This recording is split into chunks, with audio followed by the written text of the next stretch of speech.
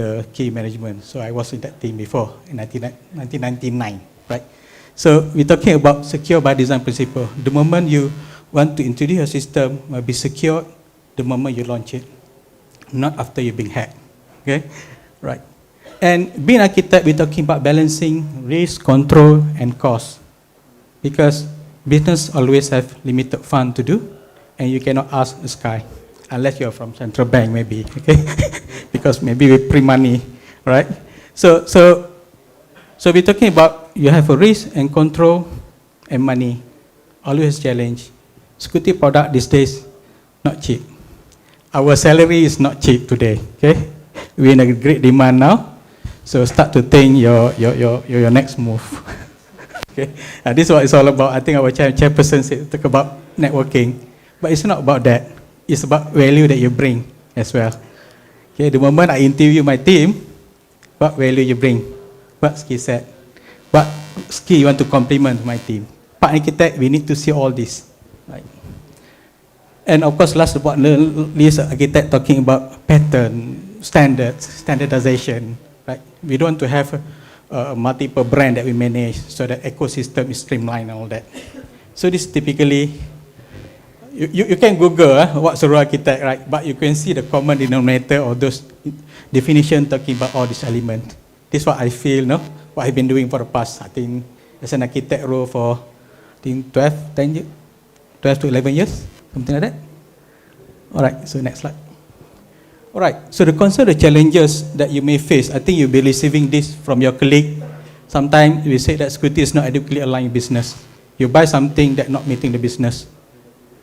Your requirement is not consistent with other people, right? with the requirement.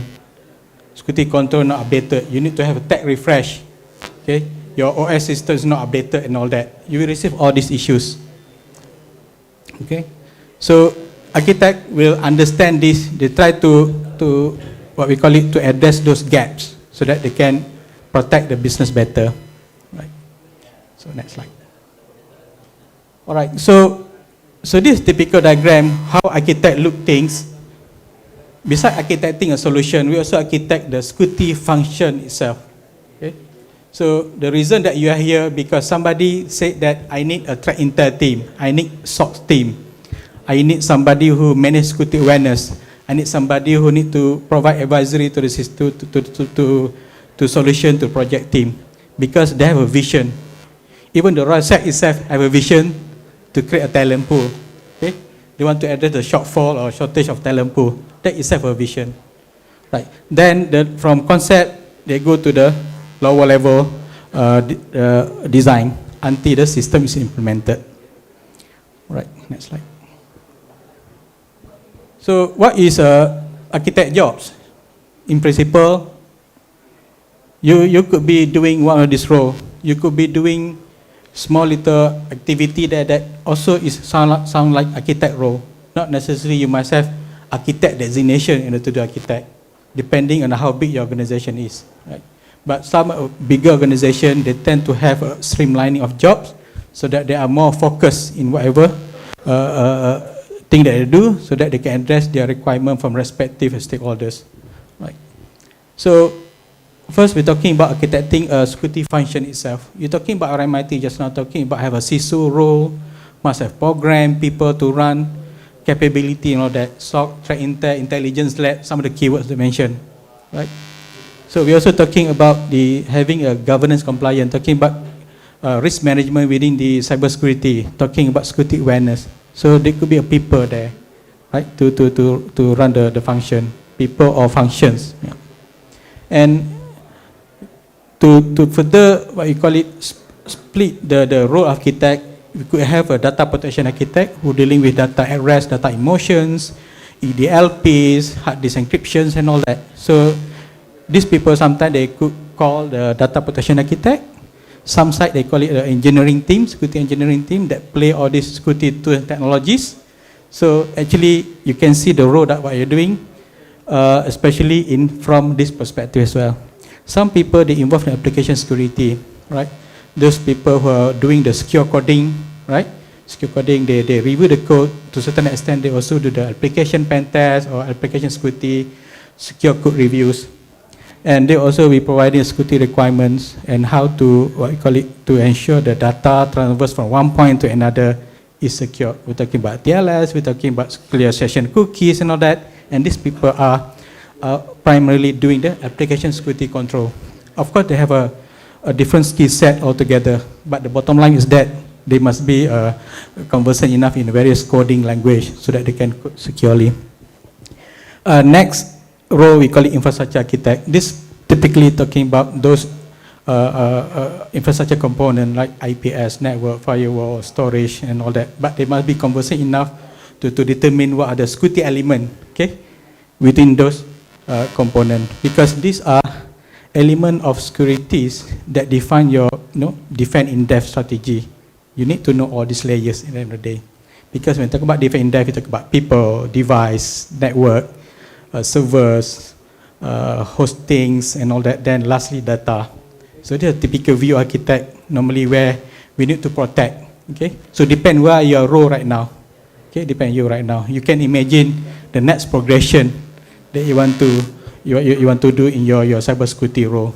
Okay, because I guess you not be doing threat intel all the time. You not be doing SOCs all the time. Maybe at a certain point in time, you want to design your own SOC. You want to take duties or challenge to develop your own SOC, or to provide service to develop SOCs to other people, okay? To architect a threat intel capability. Just imagine, some RMIT said, please do threat intel. Then there's how to do. I think you ask some question, you have guideline how to do threat intel, how to do intelligence lab. That is our architecting question. Talking about component, talking about people, process, technology behind it. That is one architect role also, to see whether how I can fulfill that intelligent-led objectives. Okay, right. So next slide. So yes, RMIT is something that architect eats every day. I mean, I'm referring to your artifacts, your documents and whatnot. These are the codes to the building blocks, to secure building blocks. Okay. So you need to respect all these documents so that you know where to refer to whenever you have challenges in terms of what to design. If you have issues, where non-compliance, these are your references, that you need to make to refer to. So we're talking about your own technology policies. Sometimes you need to also read your transformation documents, right? I think some of our colleague here, your organization could be in the transformation state somewhere, maybe doing some little transformations. So what's security impact of those transformations, right? So we're talking about risk management framework, talking about balancing act. You need to be conversant in the risk management framework. Internal control framework. Okay, some control, I think you could be hearing from your auditors talking about detect, protect, correct, right? And NIST model also along that line. So you need to know the internal control framework. And to be an architect also, you need to know about business a little bit, right? Business function, so that you know where to protect your data. Just now our colleague talking about using credit cards over internet, suddenly he didn't get the token code to authenticate. Right, so first you need to know the business model first. If you're doing e-commerce, if you're doing logistics, if you're doing banking and business, right, you need to understand. I was working for the MNC, where I'm advising on the property development, plantation, healthcare, right? So we can see various business model, various security technologies that we have to deploy to protect their various information assets. Right, so you also be dealing with a business partner framework. We're talking about PCI, Visa, or SWIFT. They have their own set of rules so that you can use their brands. Right, so they have a list of requirements. But in essence, bottom line, there could be some reference document that align all this to make it our life easier. So one of the architect role is to see how this harmonize. Just imagine the Azure, AWS, whatnot. Just imagine they've been audited or been reviewed by various compliance model. So they need to find balance and look for commonalities, standardization, where one thing can address multiple compliance model. We're talking about PDPA, we're talking about GDPR. This is another another set of compliance stacks that you have to follow, you have to comply. If you are doing the manufacturing, you have a industrial control system, set of control, how you control IoTs. And also about, next we're talking about the certification. So we have SAPSA and TOGAF for you to venture into as well. So these are the few keywords that you see being an architect day to day. When you design, you're hitting most or almost all of these so-called keywords that I described just now. So next slide. So next, how you want to be an architect, right? You can start anywhere basically. Okay, if you feel that you're enough doing a SOC function, you're enough doing a threat intel, right? You feel like want to build something. Okay, that's a good moment lah for you to reflect tonight. Reflect tonight over the weekend. What's next for me? Okay, I've been doing cybersecurity, for example, for 5 years. So what's next in cybersecurity field I want to venture into? Oh yes, that is the question. What is the basic salary? Even though we can hack your salary. Yeah, you can have my salary. What is the basic salary of in Malaysia? Normal industry prices. Normal industry. First, number one, depend where you're working with. Alright. So in a large financial, because where they have your specialization, right? Where you can earn between 10 to above 10, 15, okay? Because you talk business lingo, you talk technical lingo, and you talk to IT people. And of course, this is a skill set we're talking about. Because to be architect, you need to be influencing, you need to be able to convey your idea, to convince, you must do this. If you ask a SOC or incident response team, go and convince people, I don't think they go and convince, they go and whack you, right? You go architect try to be diplomacy, try to influence the ideas. So that's another skill set that maybe I would say, like our chairman said just now, a challenge to some technical people, because they seldom interact with people. They interact with machines, binaries, and all that a lot. But it's not stopping. Depend on how you deal actually. Okay. Yeah, I used to be introvert also, right? But after a while, like our colleague also mentioned, the moment you have some knowledge and some idea you to convince, there you go, right? So, go back to your question. Later I have some slides somewhere, but not about salary, about skill set, about your experience. Because architect to certain function, you're top of the tree lah. After architect, you can be CISO actually. That's the certain experience, because you need to talk business lingo already. But before that, you have a series of paths that you have to go through, series of experience. So by the time you can earn quite handsomely lah. Okay. Yes. I'm not sure lah. My boss used to say this about architect. He said architect is a bunch of kids playing with Lego at workplace. Is it correct or not? Bunch of kids play Legos. At workplace. He said that. Wow. Depends, because normally architects not the real developer yet. They listen to requirements, right? So that's my perspective lah. But if I were asked to improve my security posture, then I play Lego, right? I'm an architect, my security function. Then I need to imagine what pillars of security function I need to have. Yeah. Rearrange the thing, how you want to do. Do I need to have a good balance between threat intel, SOC, architect? If you have a software, if you're in the software development house, and then you're architecting solution, perhaps you need a good architect that you can talk to business people, understand their requirements and all that. Depending, are you a consulting firm, are you an end user part, it depends. Yeah.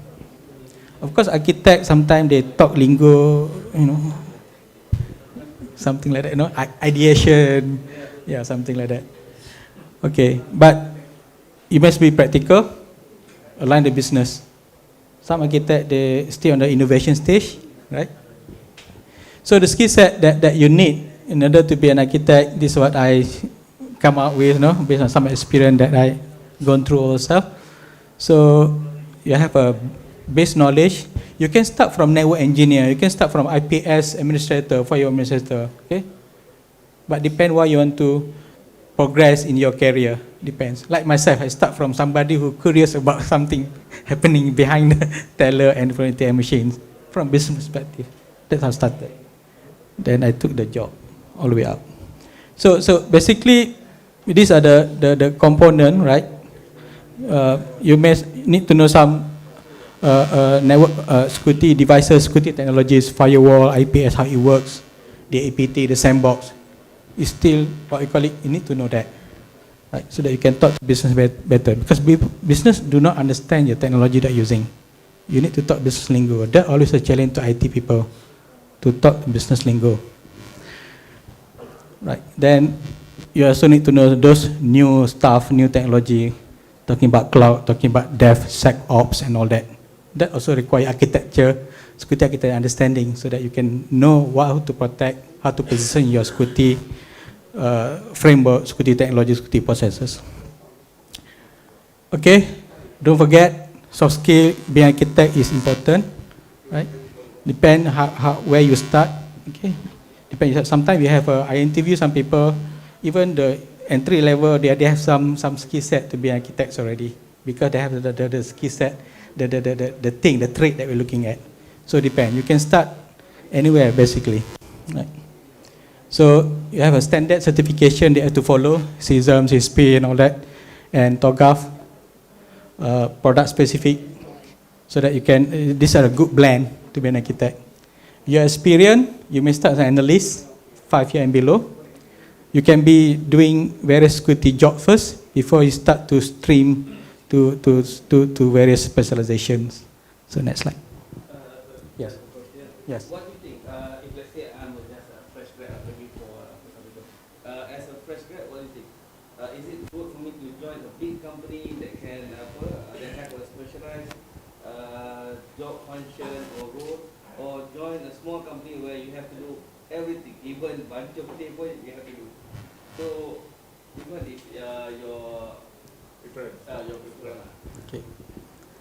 If I want to have a career something like this. Okay. Number one, my piece of advice: be humble to learn things. Number one, always when you're humble, things come. So my quick advice to that, I like to share my experience. Maybe different from other our fellow professionals here. You start with the understanding business, and depend where you are. For example, I started as a banking. I start in a branch. I start branch, not at office. Okay, so I understand the system. Create curiosity. Then I moved to head office. So my journey, I started as a IT auditors. IT auditors, I audit the whole thing. Within 1 year, I understand network, how system works in and out, where the loophole, where the weaknesses, so that I can give recommendation. Right. So depend.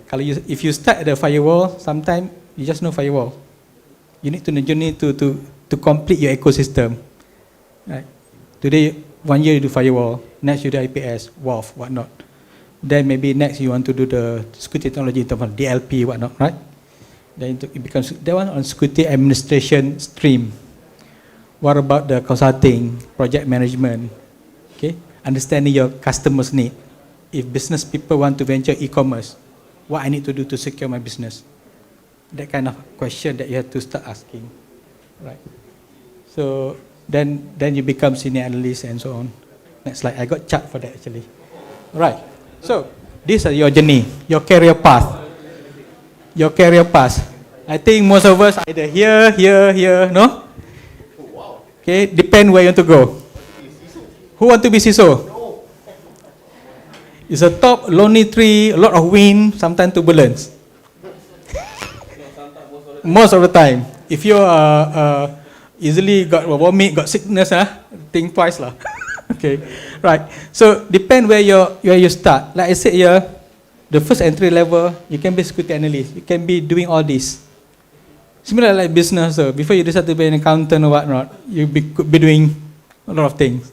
Then you find love in certain, no? Maybe you find love also at that field, that you work at that field also, in the story, right? So it depends. Your SOC, sometimes the role could be very specific, very specialized, difficult for you to move around. So that's a caveat you have to consider, right? But it doesn't stop you actually. Okay? Okay, you can always venture out depending on either you change your organization, whatnot. Okay, right. So you can start analyst 2-3 years, then you can specialize into normally SOCs and threat intel come together. This and application administrator and governance come together normally, depend on how big, how small your organization is. Okay. Then you can go up. Right. Okay, so hopefully this serves as some guide, okay, that I compile from my reading, from my experience well. Pay better. The horizontal pay better. Okay. So threat intel, if you're good in the dark web, you pay better. No lah. Okay, so basically, I think these days security pay better, right? With the recent hack attacks, whatnot, you need to imagine people like to transform. Either hire more people, they start relook their strategy. So that's where the value come. If you are an architect, that's a value come. So normally, after incident, people like to re-op the whole thing, reposition, do the gap analysis, put more money. They bring more people. That's architect role basically. Okay, transformation, whatnot. Depend how you position. Okay, so you cannot ask a threat analyst to architect the whole thing, right? No. Okay, no. Because nanti jadi skewed to threat intel. Okay, fit for purpose meaning you must have 4 wheels, alright? For a car to fit, unless you design 3-wheel car lah, right? I do not know. Okay, but generally, all cars have 4 wheels. Generally, right? Either as capability-wise or people-wise, different. As long as this function exists in your security outfit today, right? Okay, next slide. I think this one. So normally, before you engage auditors, before you, there is another slide actually. Ini. Tak ada. Tak ada slide apa. Yang ada. Apa dia? Tak ada. Okay, tak apa.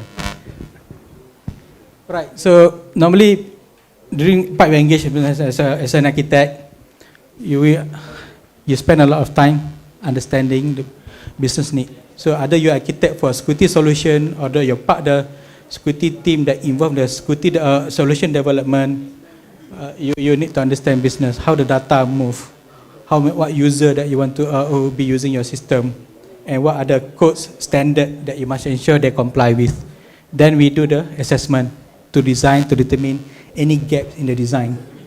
Okay, that's where we use threat modeling to see whether it's easily hacked, whatnot, whether password field encrypted or not. Okay, and then we design the control. Control here you can have primary and mitigation. That control could be at infra level, data protection level, or app security, or even business process control. Right. Yes. Security baseline is proposed by the architect or by the security guys? Security baseline, normally we work together with the what you to protect. For example, we're talking about routers, right? We're talking about switches. They have security baseline. BU. So we discuss together to see what the right configuration to adopt as a standard. Yeah. So that proposal, the baseline must be approved by the architect or what? Proposal, yes. In certain outfit, it's not architect person. It could be a committee. For example, yes, network guy agreed this is the right configuration that fulfill our current needs. For example, our business model. Then architect agrees. It's a committee.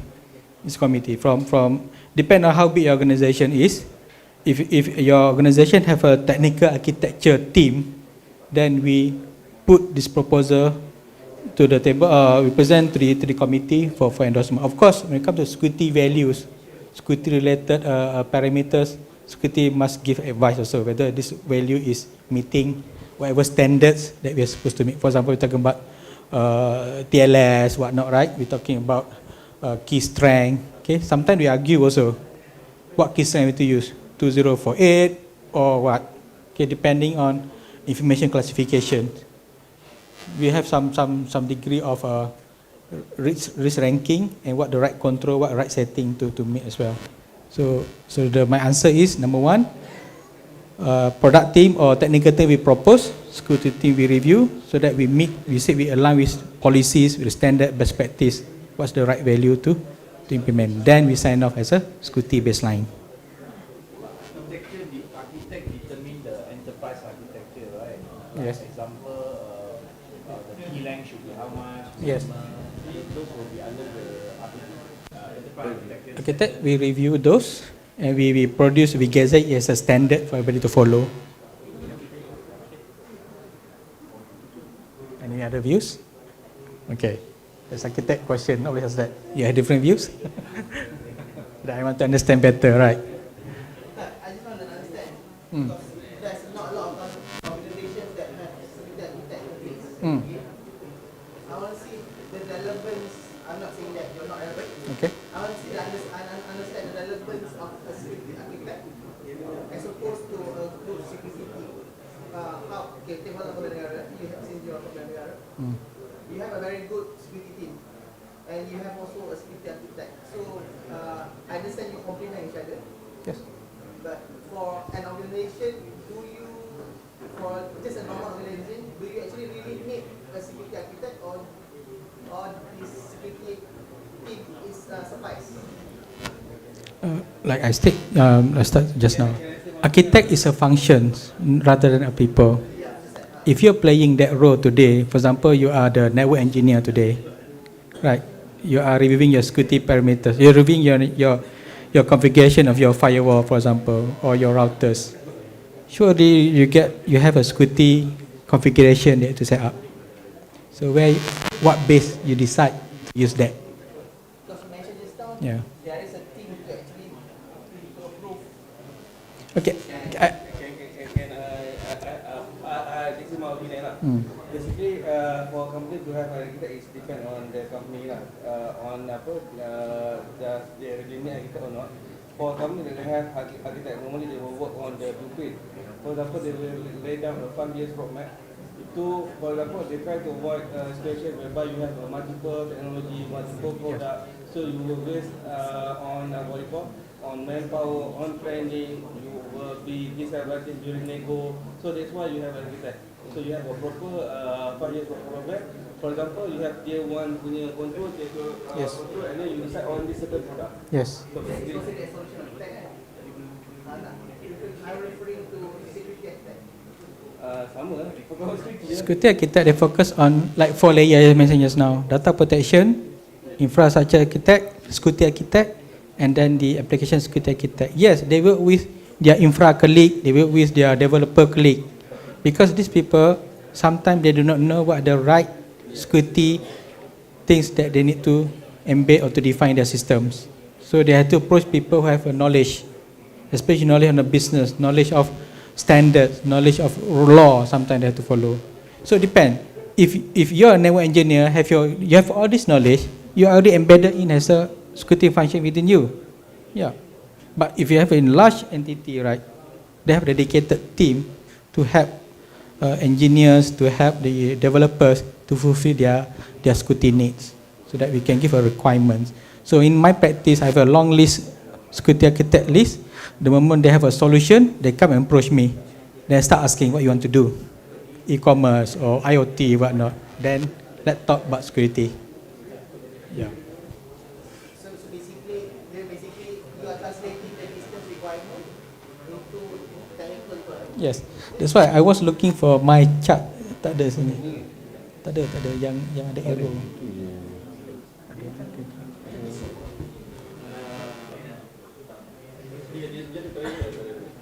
Dia ada satu.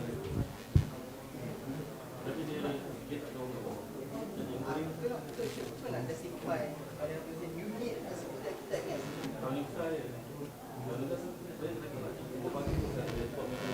Okay, nama okay, actually I have one slide, I don't know what happened, talking about linkages between business requirement to enterprise architect to solution architect. From solution architect spin off into infra architect, security architect and all that. It's a building block. It's a building block. If you're doing today, never mind, it's okay already. But I'm talking about specialization, I'm talking about large outfits that they need to have all this so-called knowledge in one central place so that they can refer to. That was some banks start doing that. Want a BAU guy, operation guy, to address architecture and framework issue. Because architect normally they sit in the system development. Sometimes they can even do the RFI. Sampai when we put tender, this must security requirement, please. So we start from that. So in what environment today, the ideal state we start from RFI, RFP, then solution and designing. So depend architect, they have a lead architect or lead,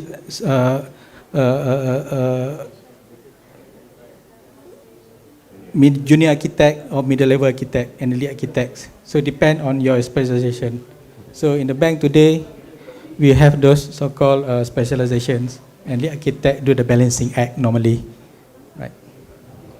So this is what we're talking just now. Sometimes your design, you may not have the control that you want, then you have to find the mitigation control. Where you sign off, you come ask auditor to come or you ask risk management to come. Can I do this way or not? Because you will not be protecting the business ideally, right? Okay. So then we sign off, we develop, then the security testing will come. Yeah. So in our team, we have a Tarizi team to go and do the security testing to the system. Then they identify the vulnerability area. Right, so next. So normally, the engagement, the deliverables that we show our values to be an architect, first we come up with a security requirement during RFI, RFP, technical architecture reviews, solution recovery, solution requirement or business requirement specifications. And we couple with that with a risk assessment in terms of threat modeling, security requirements, and whatever mitigation or exemption that they need. Then we validate this through security sign-off whenever the project team start doing UAT, and we validate further with the VAPT or security testing or secure coding to validate the security requirement that is spelled out, fully addressed by developers. Right. So in a nutshell, so go back to the title, I don't know what's the right title, Journey to the Enchanted Forest. This is the forest our sister taught, and these are one of the architects' thinking. You could be doing the network security architect, cloud security architect, but in essence, if you are aiming for bigger role, actually you are architecting the entire cybersecurity functions. So define your path, where you want to go next 3 years, don't stay there too long, progress. Okay, it comes with the value and the money as well. Right. Okay, so any question? That's my last slide. Right, so hopefully this is the first attempt so that we can introduce cyber architect topic in the rawSEC. Yeah.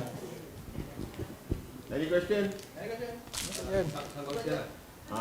is a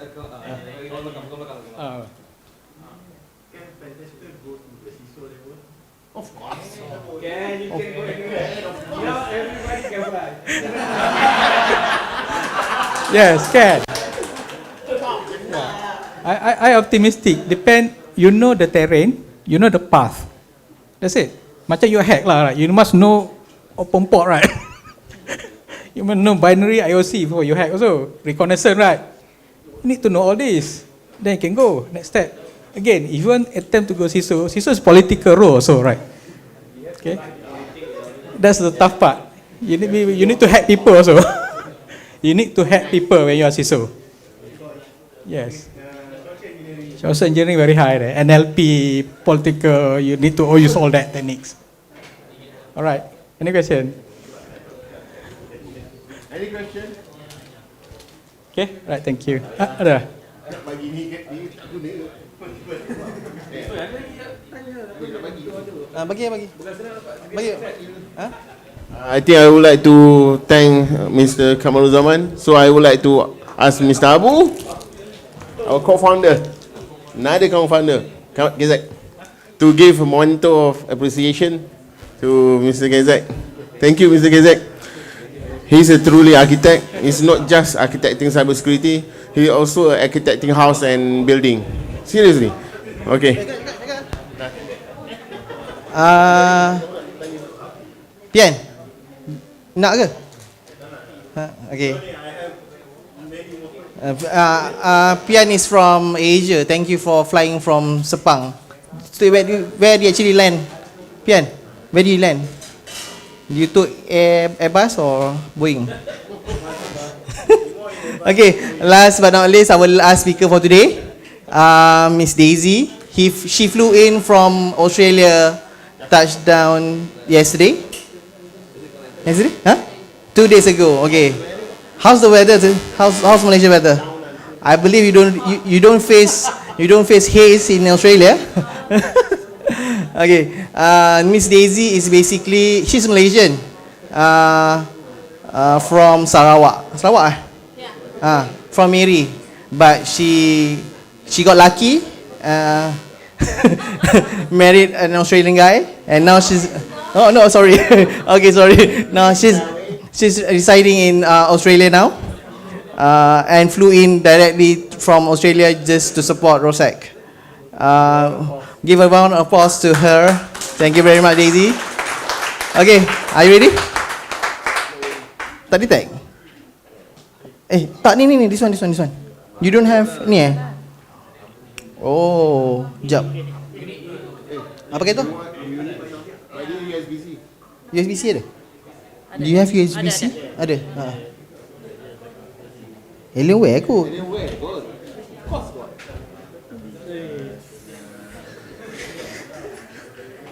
Apa dia? Boleh?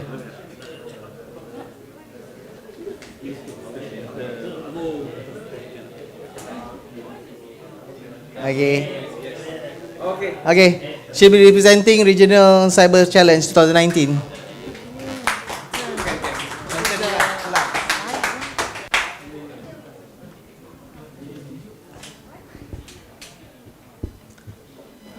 Good evening, guys. So good to be here. How are we? Are we still all right? Yeah. All right. Very good. Thank you for the introduction, very brief introduction. That's what we need. You don't want to know more about me, but trust me. No, I'm joking. Okay, I just want to share with you this slide. This is going to be a very, very short slide. I just want to share with you a very, very important event that's going to happen in November, 22nd of November. Okay, it's called the Regional Cyber Challenge 2019. This particular event is brought to you by rawSEC and Cyber Lab. And it's online challenge, okay? And the challenge is in conjunction with the Australian Information Security Association Perth Conference, ISA Perth Conference. And yes, it's going to be held on the 22nd of November. And this year's theme is change the rules, up the games. So this is why we organized this challenge. So there are a few others satellite events going on around that time, but this is a regional event which involves so many countries so far. Okay, New Zealand, for instance, going to send two teams, but they said they're going to send at least 10 teams. The two confirmed teams are from the telcos. Australia, of course, because we are in Australia. And Malaysia, yesterday I was in APU presenting the same thing. And hopefully they will send few teams as well. So I spoke to Kyril? I spoke to Kyril about getting representative or team from rawSEC. That's going to be very interesting. But you guys going to organize the CDF on Saturday? We're going to actually collaborate with rawSEC. Oh, okay. Okay. So one of your We're going to select the team, the winning team. yeah, the winning team gonna get free participation to this challenge. Okay, that's nice because that's worth about $100 per person. Okay, I mentioned to you a lot about the regional cyber challenge, but you probably need to know how it is running. It is going to run on cyber range, rawSEC cyber range. I'm going to show you the video in a minute, but just a little bit of information about cyber range. It is a military-grade technology for your cyber exercise, CTF, training, and competency assessment, etc. So it has been used by many countries so far, especially by the ITU. Any one of you involved with ITU event? Ah, well done. Okay, yes, so it has been used by many countries with thousands of participants. It is online, it is on the cloud, but we also have on-premise appliance, which is available. You can contact me anytime if you want to know more about that. And complex and sophisticated scenarios are welcome. So if any one of you here today know how to build scenarios, you can put it on the cyber range and we can negotiate deals, right? It's good deals. And if you need a demo on cyber range, you can contact me anytime. We can always do it online, okay? We've got Zoom. So if you have Zoom, that would be nice. Okay, the objective of the challenge is to assess the ability of a security team to detect, respond, and recover from cyber attacks. So we encourage you to have multidisciplinary competency if you like to participate. Any questions so far? Good. Challenge model. All right, challenge model, it is modeled after the ITU Cyber Drill Challenge that you have participated recently. The challenge will last for at least 5 hours on the day itself. It starts at 8 o'clock. I'll mention more about that later. But you have access to your own infrastructure to defend from and respond to ranges of security attacks. We're probably going to give you 1 or 2 scenarios on the day, okay? Not necessarily just one.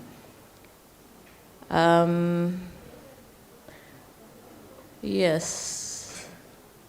So participating team are expected to use your own laptop. You need to have your own internet connection. You probably need a VPN as well. Depends on the challenge scenario, but it is important that you have your own VPN on the day, ready. Okay, so because this is online, you can do it anyway. You can, if you decided not to get up in the morning and walk out from your bedroom, you still can do the challenge from your bedroom as well, okay, provided you have the internet connection. Okay, I mentioned earlier, 3 to 5 participants, 3 to 5 team members in one team. The top 3 teams awarded the most points will receive a prize and certificate of recognition. Daisy, your time for the CTF is Australian time or Malaysian time or whatever? Yes, we'll get back to that. 8 o'clock. 8 o'clock Australian time. Now, Perth and Malaysia, same time. So you don't have to worry. But participants from Melbourne and Sydney probably need to check their time. Okay? So this challenge is open to anyone who is 18 years old and over. So if you are 17 years old, I'm sorry. Are you all 18 years old? Ah.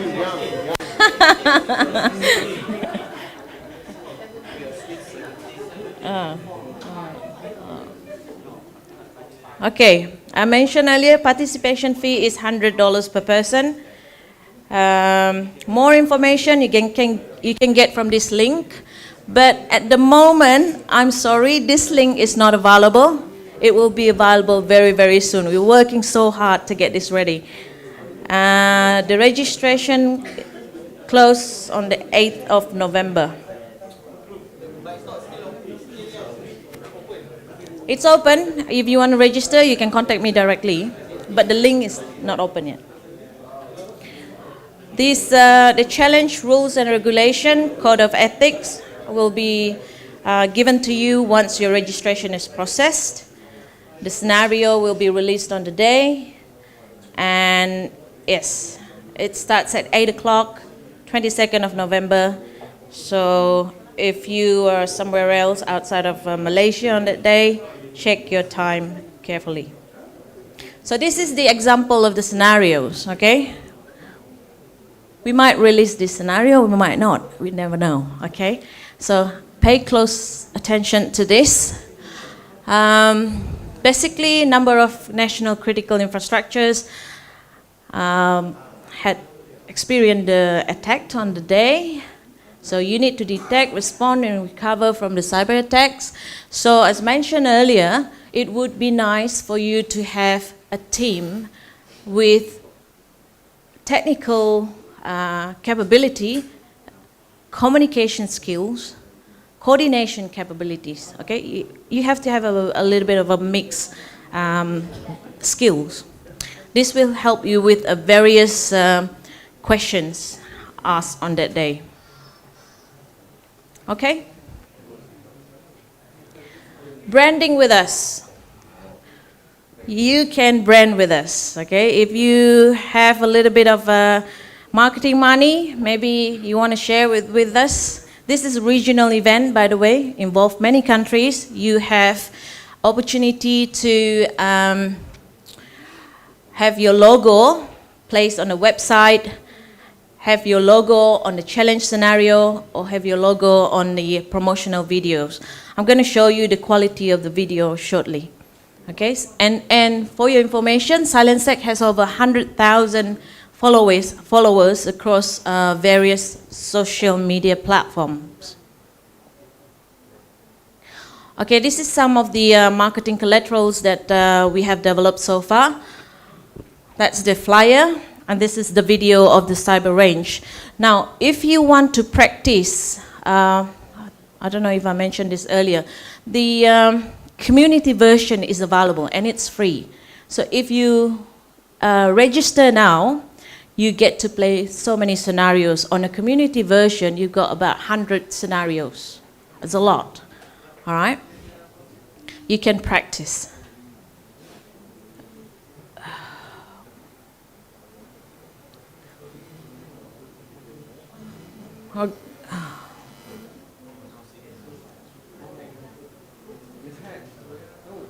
All right, I'm going to show you a demo on how you're going to use cyber range, okay?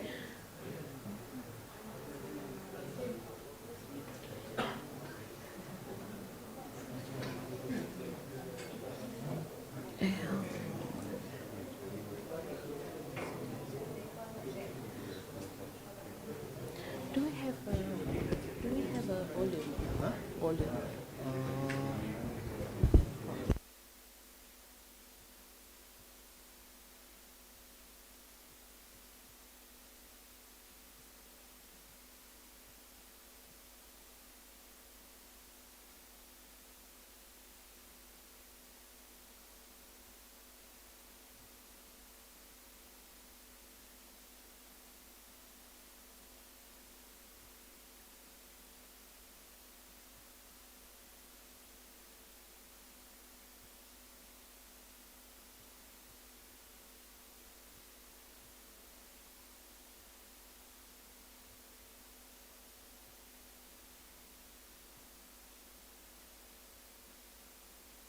Sorry, we need the sound. Can someone help, please?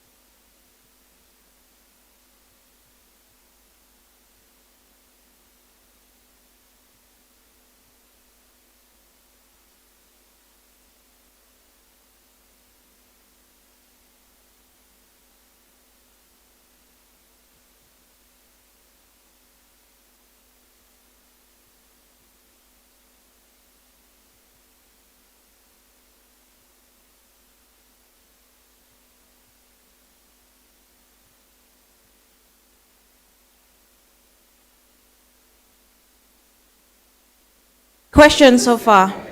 Guys, before I play the video on how you can use Cyber Range, have you got any questions so far? No? You understood?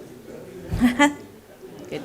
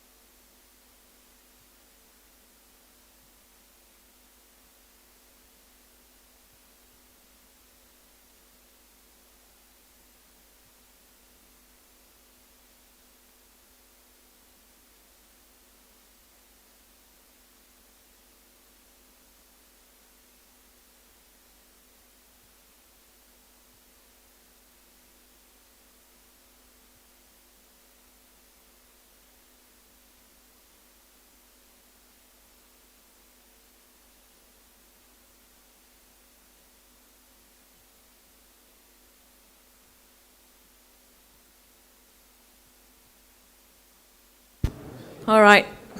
You probably cannot hear it, but this particular video is available on YouTube. Okay, you just type cyber range dash introduction. You can listen to it again and again.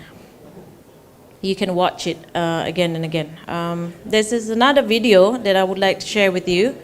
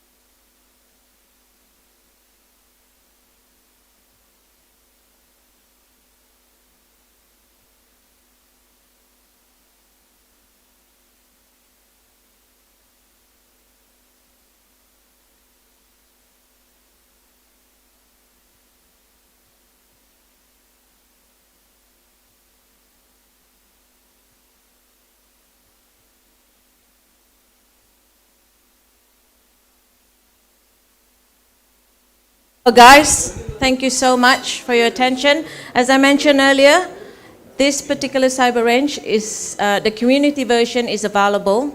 Jump onto it, register, play. Time to play. How do you differentiate your platform with the Hackerbox? What is the advantage of yours compared to the Hackerbox? Hackerbox. I have not heard of Hackerbox. I'm sorry. I wouldn't be able to tell you the difference. But I will check and I'll get back to you. Can I get your contacts? Yeah. Thank you. Hackerbox. Okay. Any questions? No more questions. Okay. Thank you.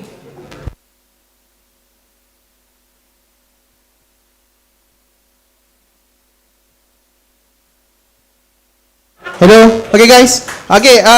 Before we wrap this up, okay, this particular CyberSec cyber range, we have the opportunity to actually sponsor one team to actually participate for this event.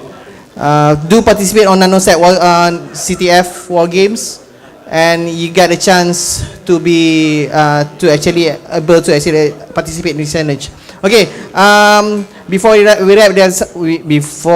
wrap this meetup up, I appreciate that actually you guys collect the sampah, collect the rubbish, the leftovers. Please collect it up, and another one last, guys, I want to take pictures. Take pictures. Go take pictures in front Kat sini. Alamak.